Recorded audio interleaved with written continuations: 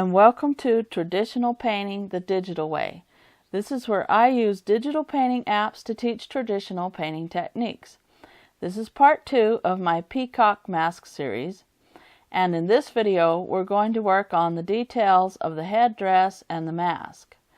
If you're following along with traditional materials, check out part 1 of this series where I have a list of all the materials that I use. This series is going to showcase acrylic, watercolor, and colored pencil techniques. The app that I'm going to be using is Infinite Painter for Android. And I'm going to go ahead and start adding in the dark green for the folds in the headdress here. And if you're using traditional materials, the color that you would probably use is Hooker's green or pine green. And just go ahead and sort of blend that in with a little bit of light green. And if you're doing this traditionally, then you would add white acrylic gesso to your Hooker's green mixture. Then for the yellow part of the headdress, you want to go ahead and probably use a burnt umber color or a burnt sienna color if you're following along traditionally, and yellow ochre for the light parts of the yellow headdress. And we just want kind of a light yellow color here, and I'm using the Leo brush and then putting the brush on smudge here and just trying to get a cloth-like look for the headdress here. And then you do the same thing for the collar. Go ahead and add light green for the highlights on the folds, and then add dark green at the bottom on the collar for the folds. And just go ahead and keep working back and forth with those colors till you finally get the shape and the look that you want for your cloth. And here I was trying to get kind of a highlight color, and it wasn't working very well. And I was trying to blend it, and we ran into a huge bug in our last beta version. And the blending was turning everything black, so that wasn't working at all. So I kind of had to go back and reset all my brushes and try to make it quit doing that, but it still kept doing it. So I think the latest update has probably fixed that. But anyway, I decided to pick the Blackwell brush right here, and it made it look like it was blending, but it wasn't giving the black look. So that's what I decided on using for the highlights of the headdress. And this is again a really light yellow color, and probably if you're following along traditionally, just use your yellow ochre with white acrylic gesso. And just keep adding the pockets of dark and light into the cloth, and try to get the wrinkles that you see in your photo reference here, and just go ahead and keep on doing that. And then I wanted to go ahead and work on the feathers a little bit, so I added a darker gray. This is almost black. You can just go ahead and use a really dark black color for this, like throw in some blue with your black if you're following along traditionally, just so it's not a total flat black color. And if you're doing this with Infinite Painter, it's one of the really dark shades of blue on your color wheel, and it almost looks black, but you can tell that it's a little bit of a bluish color. And I'm just going to go ahead and underpaint that and not really work on the final details for it yet. And here I wanted to go ahead and work on the mask. And so I'm adding back some white spots in the mask because there's little places where the mask shows the face, sort of. And you can go ahead and use a light purple color for the shadows under the nose and the mouth. If you're following along with traditional materials, go ahead and use a dioxazine purple with a lot of white acrylic gesso mixed in. And just go ahead and shape the face there. And I'm using dark green to shape the chin of the mask here.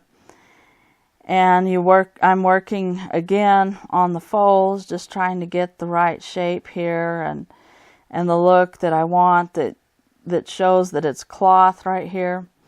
So I keep going back and forth between light and dark green just to give it kind of a little bit of a big contrast, actually.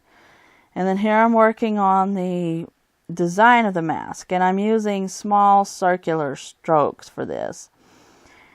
And you can go ahead and use a very light yellow for this on top of the brownish color of your mask. And again, if you're following along with traditional materials, then go ahead and add white acrylic gesso to your yellow ochre and get a lighter yellow. And you don't have to have it real light for all of the design. Just go ahead and add a little bit of white to the cadmium yellow light, and that will give you that yellowish color.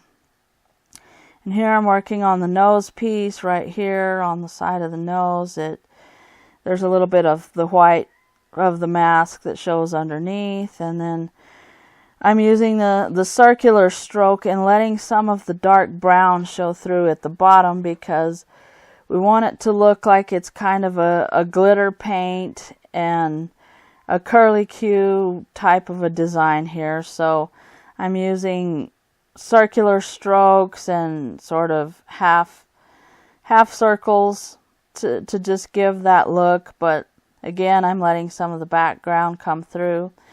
And then I was smudging it a little bit right there where the white is, just to show like they had blended in the paint a little bit on the mask. And then I'm working on the nose piece, just refining it a little bit and working on the shape of it, working on the shape of the eye holes of the mask, just trying to get those symmetrical and correct. And you just go ahead and pick spots and try to get it kind of symmetrical. But if you look at the original photo reference, the mask itself is not completely symmetrical, because they painted the design on too with probably a glitter paint or something, so it's not completely symmetrical either. So I'm just adding the design around the eye holes of the mask here, and I'm using sort of a broken line. And I'm using the Blackwell pencil and Infinite Painter because it gives it kind of a grainy look, which makes it look like a glitter paint. And just work on refining the design here, and you can go back in and add a darker brown color.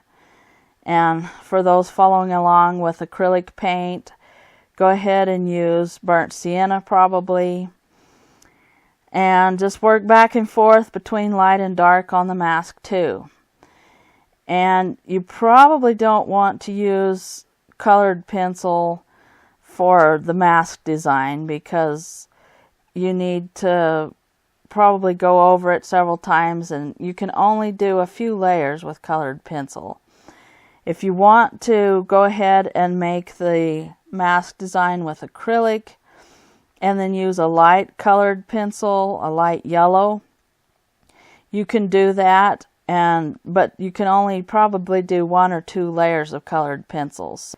So when you're using colored pencil, you have to be really careful not to make mistakes. It's not as forgiving a medium as acrylic. But you can use the colored pencil for the final highlights over acrylic if you just want to try to get that grainy look. So here I'm just going back and forth and correcting the shape a little bit of the mask and adding in a little bit more of the dark back in. And you just keep doing that until you finally get the shape that you want for your mask.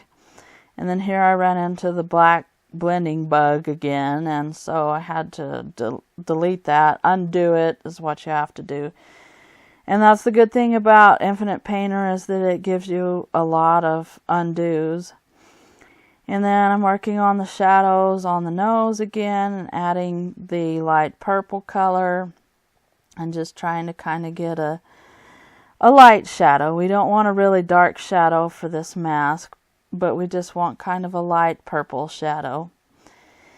And just you can smudge that in, and if you're following along traditionally, you can use your finger to smudge or a paper towel.